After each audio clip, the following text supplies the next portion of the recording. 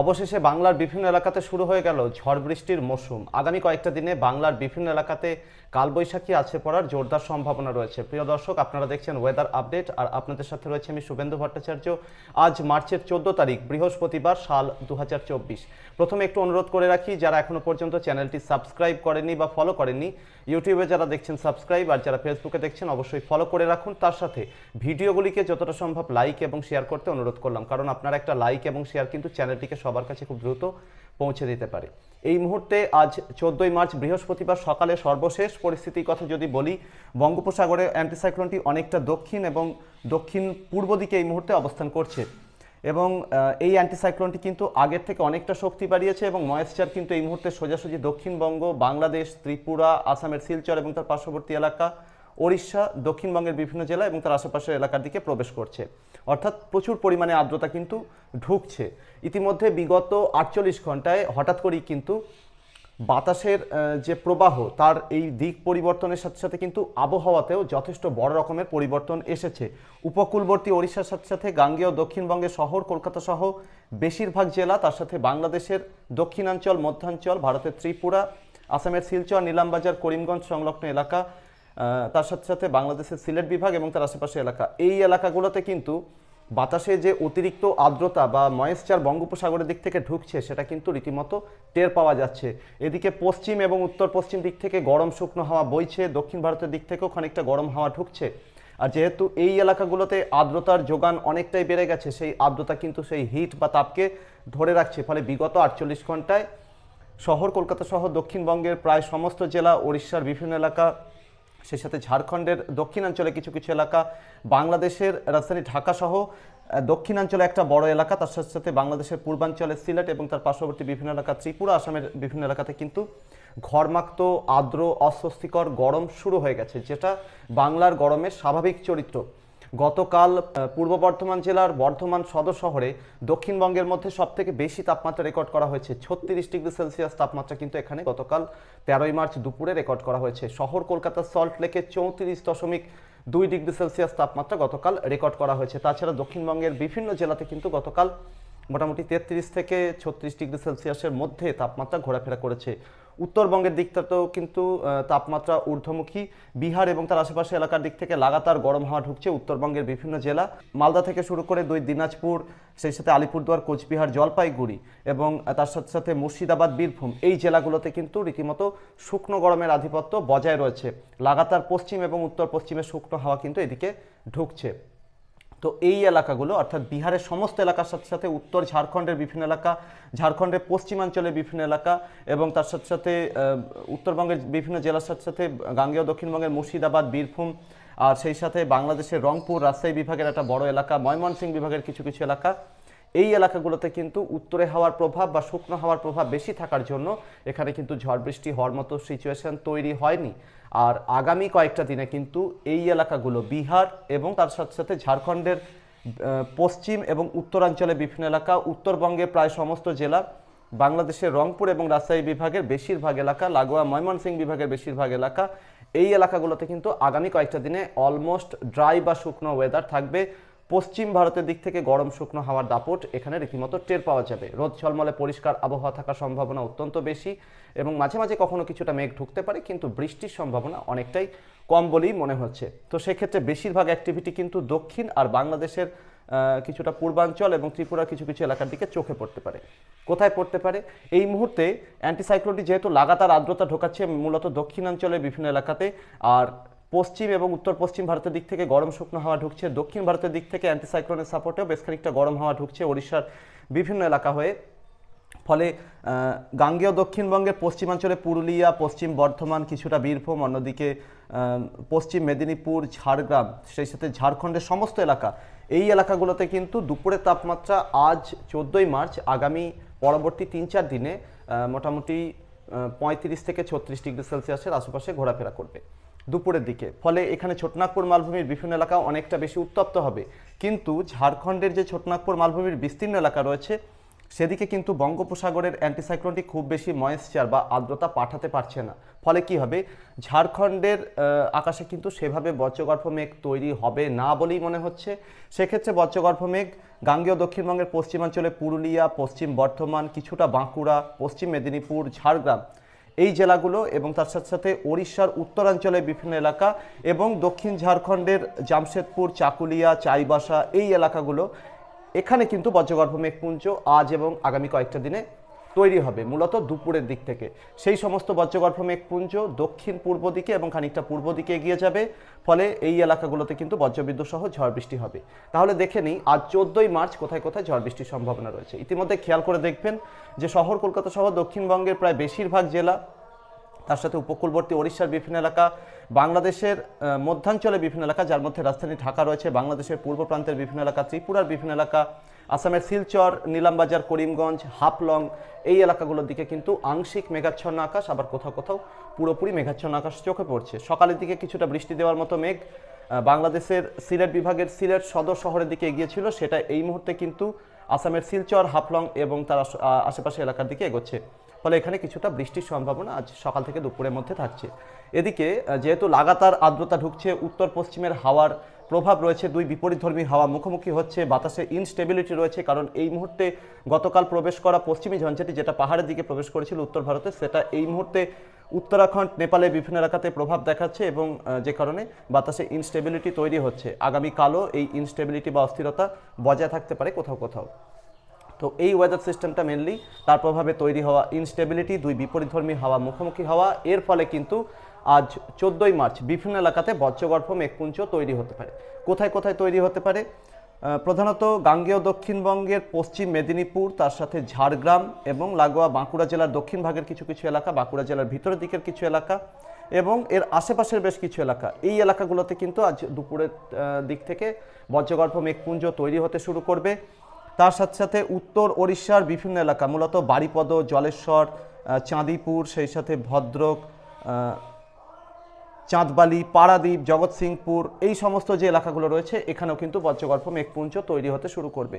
ঝাড়খণ্ডের চাকুলিয়া এবং তার আশেপাশে এলাকার দিকেও বজ্রগর্ভ মেঘপুঞ্জ তৈরি হতে পারে। পুরুলিয়া জেলার দক্ষিণ ভাগের বলরামপুর এবং তার পার্শ্ববর্তী এলাকার দিকেও বজ্রগর্ভ মেঘপুঞ্জ তৈরি হতে পারে।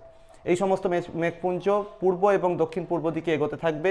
তার ফলে শহর কলকাতা সহ দক্ষিণবঙ্গের পূর্ব মেদিনীপুর, সেই সাথে ঝাড়গ্রাম, কিছুটা বাঁকুড়া, কিছুটা পুরুলিয়া, পূর্ব বর্ধমান জেলার দক্ষিণ ভাগের কিছু কিছু এলাকা, সেই সাথে নদিয়া জেলার দক্ষিণাঞ্চলে কিছু কিছু এলাকা, হুগলি, হাওড়া এবং তার সাথে সাথে উত্তর দক্ষিণ 24 পরগনা এই জেলাগুলোতে কিন্তু আজ মোটামুটি দুপুর বা বিকাল থেকে শুরু করে রাতের মধ্যে বজ্রবিদ্যুৎ সহ ঝড় বৃষ্টি দেখা মিলতে পারে।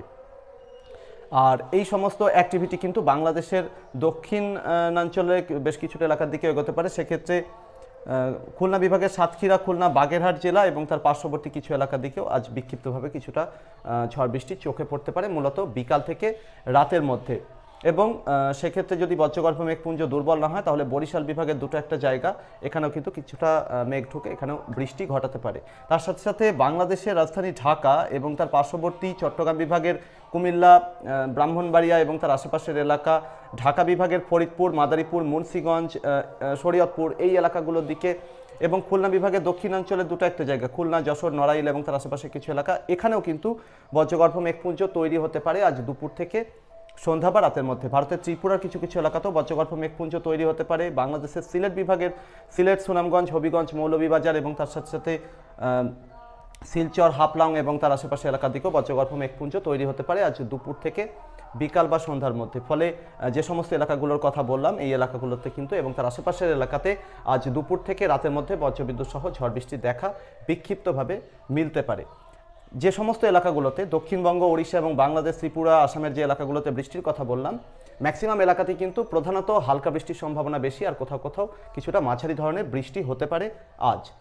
তো বাকি যে এলাকাগুলো রয়েছে সেখানে কিন্তু অলমোস্ট ড্রাই বা শুকনো আবহাওয়া থাকবে। আর এই যে অতিরিক্ত আর্দ্রতা আজ ঢুকছে, আগামীকাল কিন্তু আর্দ্রতা ঢোকার পরিমাণ সামান্য একটু হলেও কমতে পারে গাঙ্গেয় দক্ষিণবঙ্গের জেলাগুলোতে। তবে আগামীকালও কিন্তু যথেষ্ট হিট বা তাপ কিন্তু অনুভূত হবে, পশ্চিমের গরম হাওয়ার প্রভাব যথেষ্টই থাকবে।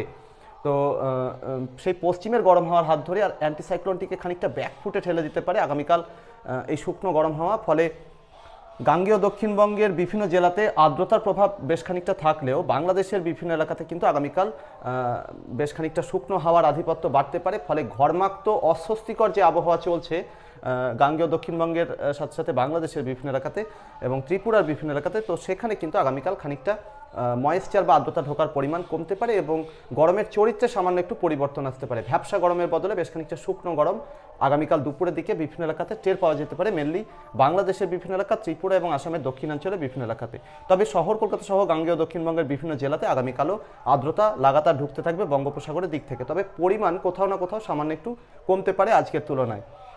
যেহেতু আর্দ্রতা ঢুকবে এবং ইনস্টেবিলিটি বা অস্থিরতা খানিকটা হলেও মজুদ থাকবে, আজকের তুলনায় ইনস্টেবিলিটি আগামীকাল কিছুটা কমতে পারে।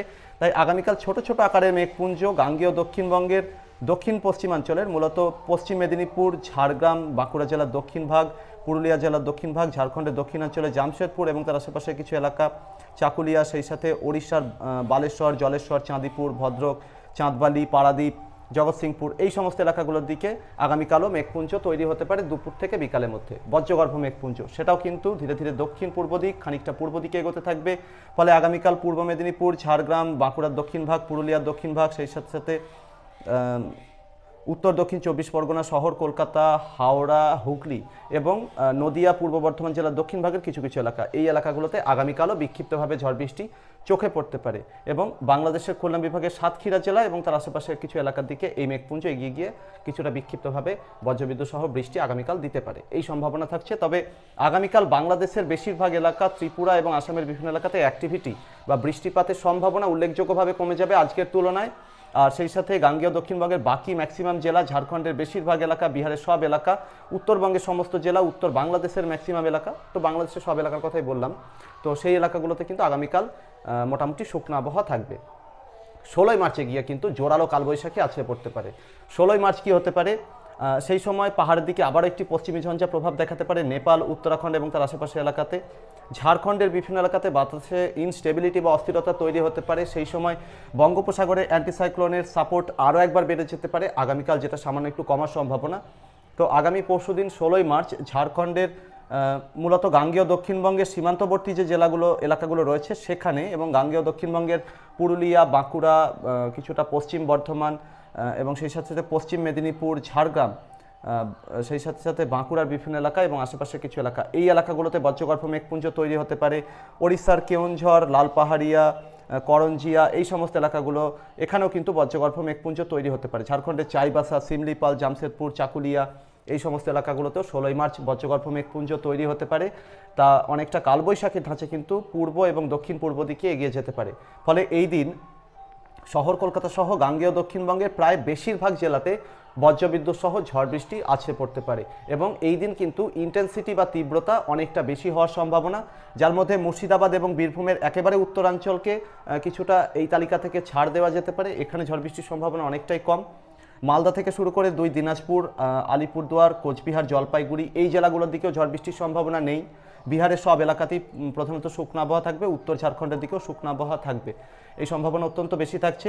এবং এই দিন শহর কলকাতা সহ দক্ষিণবঙ্গের বিভিন্ন জেলাতে কিন্তু 40 থেকে 50 আর গাস্টিংয়ে 60 থেকে 65 বা 70 কিলোমিটার গতিবেগে ঝড় কিন্তু বয়ে যেতে পারে, কালবৈশাখী আমরা যেটাকে বলে থাকি। এবং তার সাথে সাথে বজ্রবিদ্যুৎ এবং শিলাবৃষ্টির আশঙ্কাও কিন্তু বিভিন্ন এলাকাতে থাকছে। ফলে এই দিন 16ই মার্চ নাগাদ কিন্তু যথেষ্ট সতর্কতা নেওয়ার প্রয়োজন রয়েছে। ওড়িশার উত্তরাঞ্চলের বিভিন্ন এলাকাতেও কিন্তু জোরালো কালবৈশাখী এই দিন আছড়ে পড়তে পারে। আর বাংলাদেশের কিছু কিছু এলাকাতেও কিন্তু প্রভাব পড়তে পারে। বাংলাদেশের খুলনা বিভাগের সাতক্ষীরা, খুলনা, বাগেরহাট, যশোর, নড়াইল, মাগুরা, এই সমস্ত এলাকাগুলো, বরিশাল বিভাগের দুটো একটা জায়গা, এখানেও কিন্তু 16ই মার্চ নাগাদ কালবৈশাখী ঢুকে পড়তে পারে মোটামুটি সন্ধ্যা থেকে রাতের মধ্যে। তবে বাংলাদেশের বাকি বেশিরভাগ এলাকা, ত্রিপুরা, আসামের বিভিন্ন এলাকা এবং আগে যে সমস্ত এলাকাগুলোর কথা বললাম, এই সমস্ত এলাকাগুলো প্রধানত শুকনো থাকবে, কারণ শুকনো হাওয়ার আধিপত্য কিন্তু এদিকে বজায় থেকে যাওয়ার সম্ভাবনা। 17ই মার্চ গিয়ে এই একইভাবে কিন্তু একই জায়গাগুলোতে কালবৈশাখী আছড়ে পড়ার সম্ভাবনা থাকছে। আর এই দিন 17ই মার্চ নাগাদ বাংলাদেশের রাজধানী ঢাকা এবং খুলনা বিভাগের উত্তরাঞ্চলের দুটো একটা জায়গা, রাজশাহী বিভাগের পাবনা এবং তার আশেপাশে কিছু এলাকা, এবং এর আশেপাশের যে এলাকাগুলো রয়েছে এই দিন কোথাও কোথাও বজ্রগর্ভ মেঘপুঞ্জ সঞ্চারিত হয়ে কিছুটা বিক্ষিপ্ত ঝড় বৃষ্টি হালকা রকমের হওয়ার সম্ভাবনা থেকে যাচ্ছে, তবে সম্ভাবনা কিন্তু খুব বেশি নয় বলেই মনে হচ্ছে। যদিও 17ই মার্চ শহর কলকাতা সহ দক্ষিণবঙ্গের বিভিন্ন জেলাতে কালবৈশাখী আছড়ে পড়তে চলেছে, আর ওড়িশার বিভিন্ন এলাকাতেও কিন্তু এই দিন কালবৈশাখী আছড়ে পড়তে চলেছে, উত্তর ওড়িশার বিভিন্ন এলাকা এবং মধ্য ওড়িশার উপকূলবর্তী বিভিন্ন জেলাগুলোর দিকে। আর এর পরবর্তীতে 18 এবং 19শে মার্চ ওড়িশার বিভিন্ন এলাকাতে বজ্রবিদ্যুৎ সহ ঝড় বৃষ্টি চলবে, অর্থাৎ কালবৈশাখী চলবে। তার সাথে সাথে ঝাড়খণ্ডের দক্ষিণাঞ্চলের বিভিন্ন এলাকাতেও মোটামুটি 18 এবং 19শে মার্চ কালবৈশাখী চলবে। দক্ষিণবঙ্গের সমুদ্র তীরবর্তী জেলাগুলোর দিকে 18 এবং 19শে মার্চ নাগাদ কালবৈশাখী আছড়ে পড়বে এবং আশেপাশের কিছু এলাকাতেও প্রভাব পড়তে পারে, তবে বাংলাদেশের ম্যাক্সিমাম এলাকা ত্রিপুরা এবং আসামের দিকটাতে কিন্তু সেভাবে এই সময়গুলোতে ঝড় বৃষ্টি হবে না বলেই মনে হচ্ছে। মোটামুটি মার্চের 19 তারিখ রাতের দিক থেকে কিন্তু নেপাল, সিকিম, ভুটানের উপর দিয়ে একটা শক্তিশালী পশ্চিমী ঝঞ্ঝা পাস করতে পারে। সেই ওয়েদার সিস্টেমটা কিন্তু ঝাড়খণ্ড, বিহার, গাঙ্গেয় দক্ষিণবঙ্গ, উত্তরবঙ্গ, বাংলাদেশ, ত্রিপুরা, আসামের বিভিন্ন এলাকা, ওড়িশার বিভিন্ন এলাকা, অর্থাৎ বিস্তীর্ণ একটা বড় এলাকা জুড়ে কিন্তু বজ্রবিদ্যুৎ সহ ঝড় বৃষ্টি দিতে পারে। সেই সময় ওড়িশার বিভিন্ন এলাকাতে কিন্তু অতি প্রবল বজ্রপাত সহ বেশ জোরালো ঝড় বৃষ্টি আছে পড়ার সম্ভাবনা। দক্ষিণবঙ্গের বিভিন্ন জেলাতেও কিন্তু সেই সময় জোরালো ঝড় বৃষ্টি আছে পড়তে পারে, ঝাড়খণ্ডেও যার প্রভাব পড়ার সম্ভাবনা। মার্চের 19 তারিখ মোটামুটি রাতের দিক থেকে শুরু করে 20 তারিখ মোটামুটি দুপুর বা বিকাল পর্যন্ত সময়ের মধ্যে বঙ্গোপসাগরের উত্তরাঞ্চলে একটা বড় এলাকা কিন্তু এই সময় ঝোড়ো হাওয়ার প্রভাবে যথেষ্ট উত্তাল হতে পারে।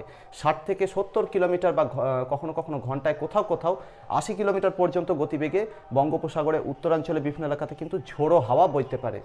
তো মোটামুটি 19শে মার্চ মধ্যরাতের দিক থেকে বা সন্ধ্যার দিক থেকে শুরু করে মার্চের 20 তারিখ দুপুর বা বিকাল পর্যন্ত উত্তর বঙ্গোপসাগরে বিস্তীর্ণ এলাকা, অর্থাৎ ওড়িশা, পশ্চিমবঙ্গ, বাংলাদেশের সমুদ্র তীরবর্তী যে এলাকাগুলো এবং বঙ্গোপসাগরে একটু ভিতরের দিকের এলাকা উত্তর বঙ্গোপসাগরের এই এলাকাগুলোতে কিন্তু যথেষ্ট বড় বড় ঢেউ সমুদ্রে উঠতে পারে এবং রীতিমতো ঝড় কিন্তু এই এলাকাগুলোতে বইতে পারে। ফলে বুঝতেই পারছেন মৎস্যজীবী ভাইয়েরা যারা এই সময় বঙ্গোপসাগরে অবস্থান করার কথা চিন্তাভাবনা করছেন তারা কিন্তু কোনোভাবেই বঙ্গোপসাগরের এই অঞ্চলে থাকবেন না, যতটা সম্ভব একেবারে কোস্টাল এরিয়াতে বা উপকূলবর্তী এরিয়াতে অবস্থান করবেন। আপাতত আগামী কয়েকটা দিনে কিছু এলাকাতে শুকনো গরম, মূলত উত্তর দিকের এলাকাগুলোতে শুকনো গরম, দক্ষিণাঞ্চলের এলাকাগুলোতে ঘরমাক্ত আদ্রস্বস্তিকর প্যাচপ্যাচে গরম যেটা আমরা বলে থাকি সেই রকমের গরম চলবে পরবর্তী 4-5 দিন। কোনো রকম নিস্তার পাওয়ার সম্ভাবনা নেই বললেই চলে। আর তার সাথে কিন্তু আগামীকাল কিছুটা কুয়াশার দেখা মিলতে পারে। বাংলাদেশের দক্ষিণাঞ্চলে বরিশাল, চট্টগ্রাম বিভাগের বিভিন্ন এলাকা, ভারতের ত্রিপুরা এবং আসামের শিলচর এবং তার আশেপাশে কিছু এলাকা, আর গাঙ্গেয় দক্ষিণবঙ্গের পশ্চিমাঞ্চলে বাঁকুড়া, পুরুলিয়া, সেই সাথে পশ্চিম বর্ধমান, কিছুটা বীরভূম, অন্যদিকে এই জেলাগুলো লাগোয়া পূর্ব বর্ধমান, অন্যদিকে পশ্চিম মেদিনীপুর, ঝাড়গ্রাম এবং তার আশেপাশে কিছু এলাকা, ওড়িশার মধ্যাঞ্চলের কেওনঝড়, দেওগড় এবং তার আশেপাশের যে এলাকাগুলো রয়েছে এই এলাকাগুলোতে কিন্তু আগামীকাল মাঝারি থেকে ঘন কুয়াশার দেখা ভোরে বা সকালের দিকে মিলতে পারে। প্রিয় দর্শক, ওয়েদার আপডেট চ্যানেলের এই পূর্বাভাসটি যতটা সম্ভব শেয়ার করে দিতে অনুরোধ করলাম, কারণ সতর্কতা কিন্তু যথেষ্টই নেওয়ার প্রয়োজন রয়েছে। আর ওয়েদার আপডেট চ্যানেলে আগামী কয়েকটা দিনে বিশেষ সতর্কবার্তা আসবে, মূলত দুপুর থেকে শুরু করে বিকালের মধ্যে। সেই সতর্কবার্তাগুলিতে কোন এলাকার উপর দিয়ে কালবৈশাখী ঝড় বৃষ্টি বয়ে যেতে পারে সেই ব্যাপারে কিন্তু আপনাদেরকে যথেষ্ট সতর্ক করে থাকবো। তো আপাতত এই ছিল আগামী কয়েকটা দিনে আবহাওয়ার সম্ভাব্য পরিস্থিতি। পরবর্তী আপডেটে আবারও দেখা হচ্ছে। ধন্যবাদ।